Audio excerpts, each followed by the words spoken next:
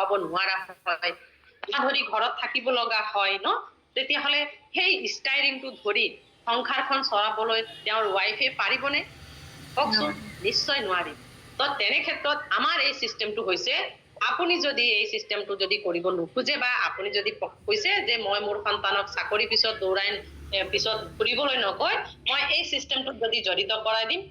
আপুনি যদি senior manager আপোনাৰ সন্তান সিনিয়ৰ মেনেজাৰ আপুনি যদি মেনেজাৰ আপোনাৰ সন্তান মেনেজাৰ আপুনি যদি লাখৰ ওপৰত ইনকাম কৰি আছে আপোনাৰ সন্তানেও তাতকৈ অধিক ইনকাম কৰিব আৰু সঁচাকে ইনকাম কৰিব কিয় কলো আজি মই পাইছো প্ৰায় মোৰ যেতিয়া কিবা 20-22 বছৰ আছিল তেতিয়া মই এন্ড্ৰইড মোবাইলটো লৈছো বুজি পালেনে এতিয়া মোৰ সন্তান 6 বছৰ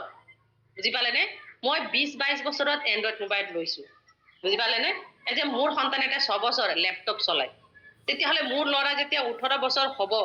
তেতিয়াহলে মোবাইলত আমাৰ এই সোশ্যাল মিডিয়াত কেনেকৈ শিকিব ভাবকচোন মই মোৰ ল'ৰাৰ কথাই এক্সাম্পল দিওঁ আজি ল'ৰা ছোৱালী কিমান এক্টিভ তেতিয়াহলে ই মোতকৈ ভালকৈ কাম কৰিব নাই কওকচোন কাৰণ আমাৰতো ডিজিটেলি কাম ন সেই কাৰণে কি কৰিব লাগে আমাৰ ল'ৰা ছোৱালী নিজৰ সন্তানৰ কাৰণে এই সিস্টেমটো ধৰি ৰাখিব লাগে আমি বুজি পালেনে আজিৰ সৰু সৰু 5-6 বছৰ ল'ৰা ছোৱালী ল্যাপটপ চলাব পৰা হৈছে মোবাইলত কি আছে গুটেই উলাব পৰা হৈছে বুজি পালেনে মুখ লিখিব নোৱাৰিলে মুখে কয় অমুকটো লাগিব বুলি অমুকটো মুখেৰে কয় আজি ল'ৰা ছোৱালী ইমান স্মাৰ্ট হৈ গৈছে তো মই আজি ডিজিটেলি যিমান ইনকাম কৰিছো মোৰ ল'ৰাই আজিৰ পৰা 18 বছৰ হলে মোৰ সন্তানে মোতকৈ ভালকৈ নকৰিব কোনো কাৰণ আছে নেকি কওকচোন আৰু ভালকৈ ইনকাম কৰিব ডিজিটেলি তো সেই কাৰণে আজি ডিজিটেল যুগত ডিজিটেলি যোনে ইনকাম কৰা ৰাস্তাটো যদি ধৰি লৈছে নহয় আপুনি পিছলৈ ঘূৰি চাব নালাগে তো মই এইখিনিকে ক'লো সময়ও বহুত হৈ গ'ল আপোনালোকে এতিয়া ক'ব পাৰিব কাৰ কি অসুবিধা কিবা জানিব লগা আছে নেকি আৰু মোৰ এই কথাখিনিৰ পৰা আপোনালোকে কিমান বুজিব পাৰিছে আৰু আপোনালোকে কোনে কোনে ক'ব আজি এতিয়া ৰেজিষ্ট্ৰেচন কৰিব 1টা বজাৰ আগে আগে ৰেজিষ্ট্ৰেচন কৰিব মই নামখিনি ইয়াত লিখি লওঁ আৰু আপোনালোকক ট্ৰেইনিংৰ কাৰণে মই সুবিধা কৰি দিব পাৰিম আগতীয়াকে হয় আপোনালোকৰ যিখিনি পেমেন্ট আৰু ডকুমেন্টটো পোৱাৰ লগে লগে আপোনালোকক ট্ৰেইনিংটো আপোনালোকৰ মোবাইলতে গুচি যাব আপোনালোকে এটা নাম্বাৰ দিয়া হ'ব সেইটো আমাৰ অফিচৰ নাম্বাৰ আমাৰ অফিচৰ নাম্বাৰটো আপোনালোকে অফিস নাম্বাৰ বুলি সেভ কৰিলে আপোনালোকক ট্ৰেইনিংখিনি আপোনাৰ মোবাইলতে পাব তো তাৰ কাৰণে আপোনালোকে ৰেজিষ্ট্ৰেচন কৰিব লাগিব তো কোনে কোনে ক'ব 1টা বজাৰ আগে ৰেজিষ্ট্ৰেচনটো কৰিব কওক হয় এজনকৈ ক'ব